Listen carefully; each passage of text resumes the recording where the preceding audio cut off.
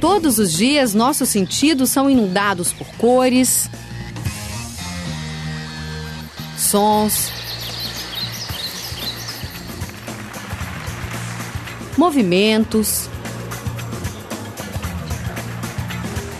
formas,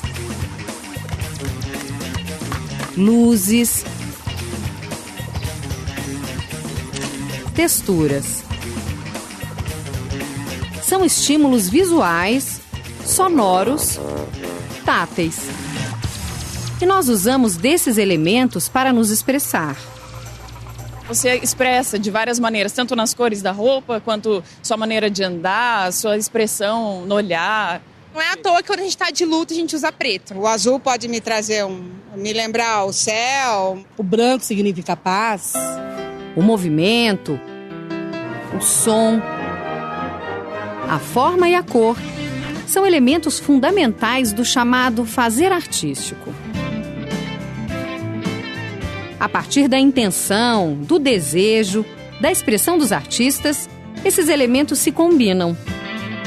Muitas vezes em composições surpreendentes. Eu começo a pensar um trabalho pensando na cor. E eu acho que cor é relação, com o amarelo fica bonito porque está do lado de uma outra cor que também o valoriza. Então o trabalho da pintura é um pouco estabelecendo uma relação harmoniosa entre essas relações. Harmoniosa no sentido de que uma não destrua a outra. Eu procuro casas que sejam de arquitetura vernacular, né, que sejam casas populares. E aí, quando eu chego na casa, eu não sei o que tem lá dentro. É aí que eu procuro as formas. Depois que eu cheguei nesse lugar, que eu não sei qual é que eu vou procurar as cores, a luz, de onde está entrando a luz, de que janela que vem, ela vem de que jeito, como é que é a decoração da casa, tem alguma estampa legal, onde a luz está fazendo um desenho bonito. Aí é que eu vou procurar as questões formais. Mas quando é que as cores, as formas e os volumes deixam de ser elementos de uma imagem para se transformar em arte? O que dizem as cores em uma pintura? As formas e os volumes em uma escultura? Nenhuma dessas perguntas tem uma resposta simples. Um artista pode levar muito tempo pesquisando, descobrindo e redescobrindo como usar e combinar esses elementos para expressar sentimentos, pensamentos e ideias. É óbvio que a gente supõe sempre que o que torna uma obra de arte é ela ter sido feita por um artista. Isso é um pressuposto.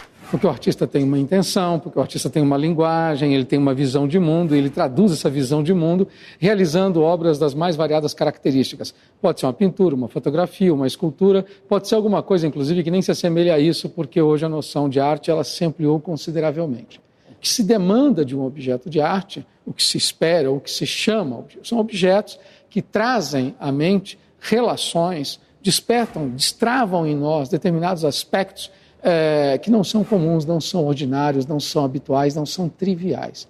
Eu posso ter uma ideia, eu vou pintar tal coisa, mas é no exercício da pintura que aquilo vai ganhando uma verdade. Ela vai se mostrando na sua realidade, no seu limite, os seus conteúdos, se é bom, se não é, vai fazendo sentido para mim. Esse sentido só vai se fazendo à medida que eu vou trabalhando. O próprio ato de enquadrar já revela uma escolha ideológica, né? Se eu vou mostrar isso que eu estou vendo daqui, ou daqui, ou daqui, ou subir um pouquinho, ou abaixar um pouquinho, o resultado visual que sai dessa minha escolha já determina a leitura de quem vai olhar essa imagem. Então, a câmera, ela é um elemento técnico que está na mão de um ser humano, que mesmo que não saiba, na hora de usar esse elemento técnico, está colocando a sua história de vida ali no meio. Intencional ou não, é a partir da organização de elementos feita pelo artista que a arte acontece. Mas será que esses elementos possuem um significado? Você não tem obra sem ter espectador. E aí, então, o cara que entra em contato com uma pintura, com qualquer objeto, e fica fascinado, ele começa a lançar significados sobre aquilo. Às vezes, alguém que produziu aquilo tinha esses significados em mente. Outras vezes, não. Isso é que é interessante. As pessoas sentem muita necessidade de descobrir o que é. O que isso quer dizer? Esse problema de o que uma coisa quer dizer normalmente mata a coisa. Isso é um problema. Então, tome cuidado com isso em primeiro lugar. Porque uma boa obra, ela é inesgotável. Então, as interpretações são todas provisórias.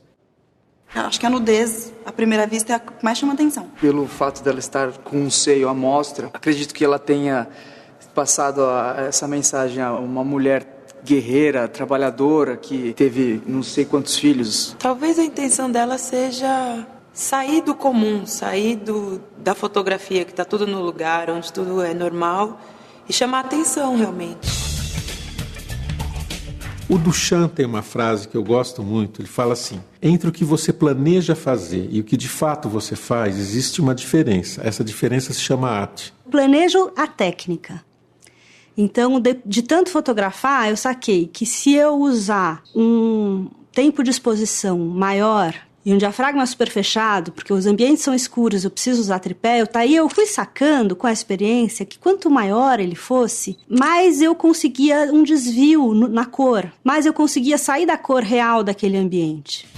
Os elementos que estão presentes no nosso dia a dia são os mesmos que os artistas utilizam para criar uma obra de arte.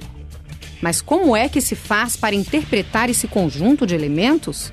Como é que se lê uma obra de arte? Por exemplo, um sujeito que gosta de futebol consegue enxergar determinadas nuances dentro do que está acontecendo.